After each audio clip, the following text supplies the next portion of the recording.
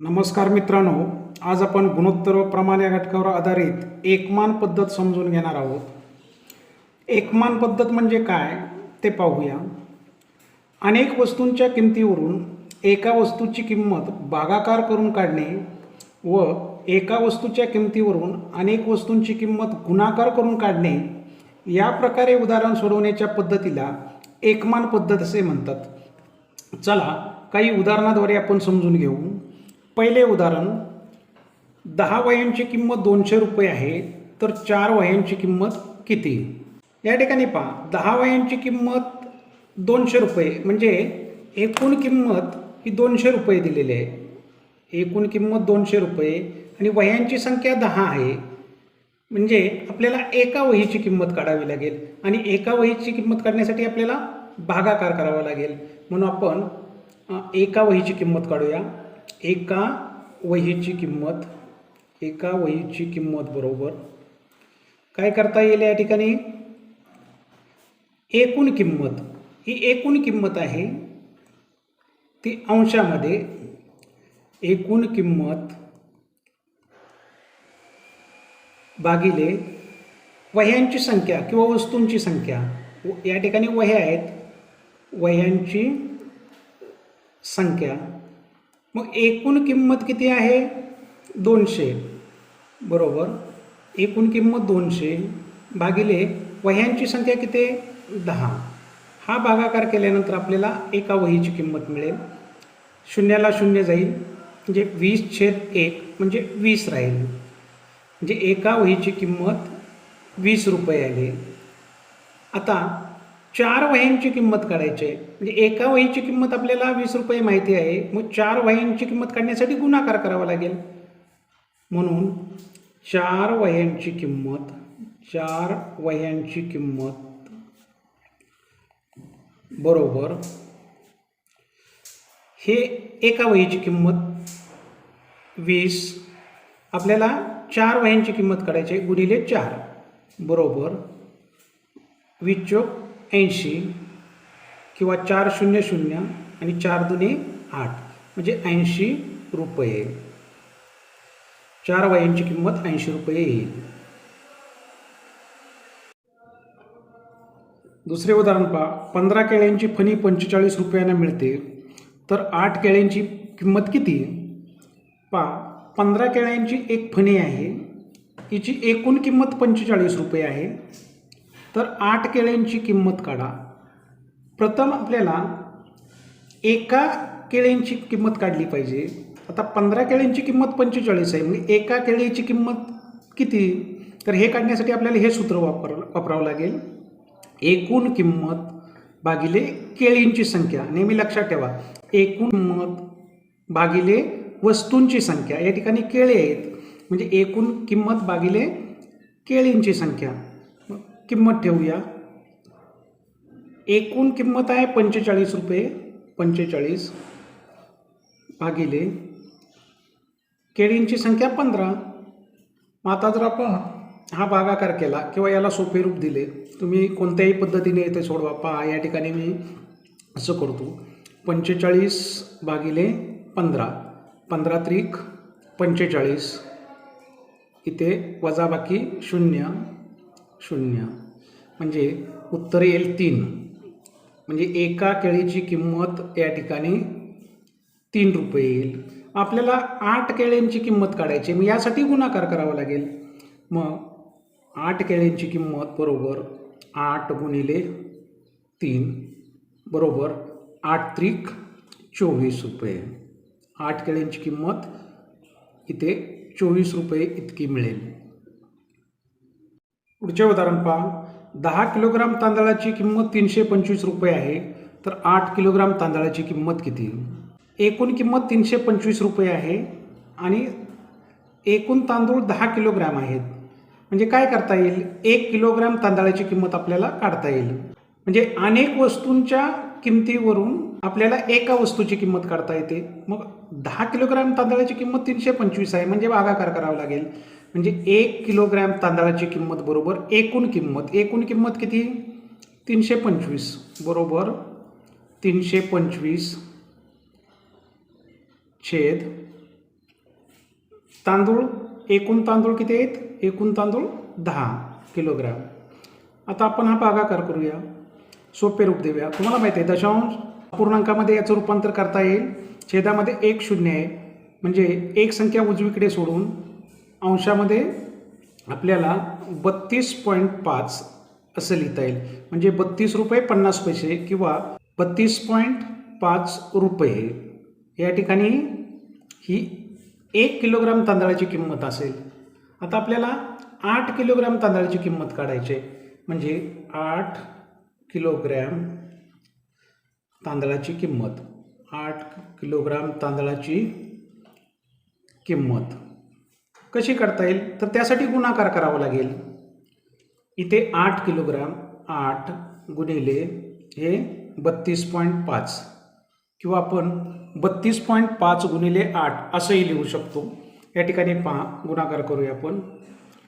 8ने 5ला गुणूया. 8 पंचा 40, 40शी 0, हातचा 4, 8 दुने 16, 16 4 20, हातचा 2, 8 त्रिक 24, 24 आणि 2 26. पण या ठिकाणी एक संख्या उजवीकडे सोडून दशांश चिन्ह आहे, म्हणून इथे उत्तरामध्ये दशांश चिन्ह, म्हणजे 260.0 किंवा 260.0 म्हणजे 260 रुपये. 260 रुपये इतकी 8 किलोग्राम तांदळाची किंमत असेल. त्यानंतर सोडवून पाहू. यातील पहिले उदाहरण, 5 चेंडूची किंमत 100 रुपये आहे, तर एका चेंडूची किंमत किती? इथे पहा, अनेक वस्तूंच्या किमतीवरून आपल्याला एका वस्तूची किंमत प्रथम काढावी लागते आणि त्यानंतर जेवढ्या विचारलेल्या वस्तू आहेत त्यांची किंमत काढावी लागते. म्हणजे इथे अनेक वस्तूंची किंमत म्हणजेच 5 चेंडूंची किंमत 100 रुपये आहे, तर एका चेंडूची किंमत काढा. एका चेंडूची किंमत काढण्यासाठी आपल्याला एकूण किंमत भागिले वस्तूंची संख्या किंवा चेंडूंची संख्या असे करावे लागेल. म्हणजे इथे एका चेंडूची किंमत बरोबर एकूण किंमत 100 रुपये आहे. इथे एकूण किंमत 100 रुपये भागिले चेंडूंची संख्या 5 आहे बरोबर. आता या ठिकाणी जर आपण भागाकार केला, पहा इथे 100 भागिले 5 हे तुम्ही रफ वर्क म्हणून करू शकता. 5 दुने 10, इथे 0 वजा 0 0, 1 वजा 1 0, हा वरचा 0, 5 0 0, म्हणजे या ठिकाणी 20 रुपये येईल. एका चेंडूची किंमत 20 रुपये. मग आपण लिहू शकतो एका चेंडूची किंमत बरोबर 20 रुपये. फक्त एका चेंडूची किंमतच या ठिकाणी विचारलेली आहे. दुसरे उदाहरण, 14 खुर्च्यांची किंमत 5,992 रुपये आहे, तर 12 खुर्च्यांसाठी किती रुपये द्यावे लागतील? आता एकूण वस्तू किंवा खुर्च्या 14 दिलेल्या आहेत आणि त्यांची एकूण किंमत 5,992 रुपये दिलेली आहे. एकूण किंमत ही 5,992 आहे एकूण किंमत, आणि वस्तूंची संख्या किंवा खुर्च्यांची संख्या 14 आहे. आपल्याला त्यावरून एका खुर्चीची किंमत भागाकार करून काढता येईल. नेहमी लक्षात ठेवायचं, एका वस्तूची किंमत काढताना आपल्याला भागाकार करावा लागतो. म्हणजे एकूण किंमत 5,992 भागिले वस्तूंची संख्या 14. आता हा भागाकार करावा लागेल. आपल्याला 14चा पाढा येत असेल तर हे सोडवणं अतिशय सुलभ होईल. करूया आपण. या ठिकाणी 5,992 आणि इथे भागिले 14. कोणत्याही पद्धतीने तुम्ही भागाकार करू शकता. 14 चौक 56. या ठिकाणी वजाबाकी 9 वजा 7 3 येईल. 5 वजा 5 0, वरून घेतले 9, पुन्हा 14चा पाढा. 14 दुने 28, इथे 9 वजा 8 1, 3 वजा 2 1, म्हणजे हे 11 आले आणि हा वरून घेतला 2. त्यानंतर 14 8 112, 14 8 112, इथे 2 वजा 2 0, 1 वजा 1 0, 1 वजा 1 0, आपलं उत्तर येईल 428. म्हणजे एका खुर्चीची किंमत या ठिकाणी आपण हा भागाकार केला तर 428 रुपये येईल. 428 रुपये ही झाली एका खुर्चीची किंमत. परंतु आपल्याला 12 खुर्च्यांची किंमत काढायची. आता 12 खुर्च्यांची किंमत काढायची असेल तर आपल्याला गुणाकार करावा लागेल. एका खुर्चीची किंमत गुणिले 12 म्हणजे या ठिकाणी आपल्याला 428 गुणिले 12 असे करावे लागेल. हा गुणाकार करूया. 12 × 96 हातचाला 9, 12 × 2 = 24, 24 आणि 9 = 33, हातचाला 3, 12 × 4 = 48, 48 आणि 3 = 51 म्हणजे 5136 ही 12 खुर्च्यांची किंमत असेल. 5136 रुपये. त्यानंतर शेवटचे उदाहरण. 30 डब्यांचे वजन 6 किलोग्रॅम आहे तर 1080 डब्यांचे वजन किती किलोग्रॅम होईल. पहा या ठिकाणी एकूण डब्यांची संख्या 30 दिलेली आहे आणि त्यांचे वजन 6 किलोग्रॅम दिलेले आहे. म्हणजे एकूण 6 किलोग्रॅम वजन आहे तर आपल्याला एका डब्याचे वजन काढावे लागेल. हे 30 डब्यांचे वजन आहे. मग एका डब्याचे वजन काढण्यासाठी काय करावं लागेल. हे एकूण वजन 6 किलोग्रॅम भागिले एकूण डब्यांची संख्या, हे दोन गोष्टी आपल्याला प्रथम दिलेल्या आहेत. म्हणून आपण यावरून एका डब्याचे वजन काढू. एका डब्याचे वजन बरोबर एकूण वजन 6 डब्यांची संख्या भागिले 30 बरोबर. आता या ठिकाणी पहा तुम्ही सोपे रूप देऊ शकता. 6 × 1 = 6, 6 × 5 = 30 म्हणजे अशा प्रकारे आपण हे सोपे रूप देऊ शकतो. म्हणजे एका डब्याचे वजन आहे ते 1/5 किलोग्रॅम इतके आले. आता हे पुढे याला भाग लावला तरी चालेल किंवा हे असंच ठेवलं तरी चालेल. म्हणजे एका डब्याचे वजन 1/5 किलोग्रॅम. आता आपण 1080 डब्यांचे वजन काढणार आहोत. यासाठी आपण एका डब्याच्या किमतीने ह्या डब्यांच्या संख्येला गुणल्यानंतर आपल्याला यांचं वजन मिळेल. म्हणजे या ठिकाणी कसं होईल.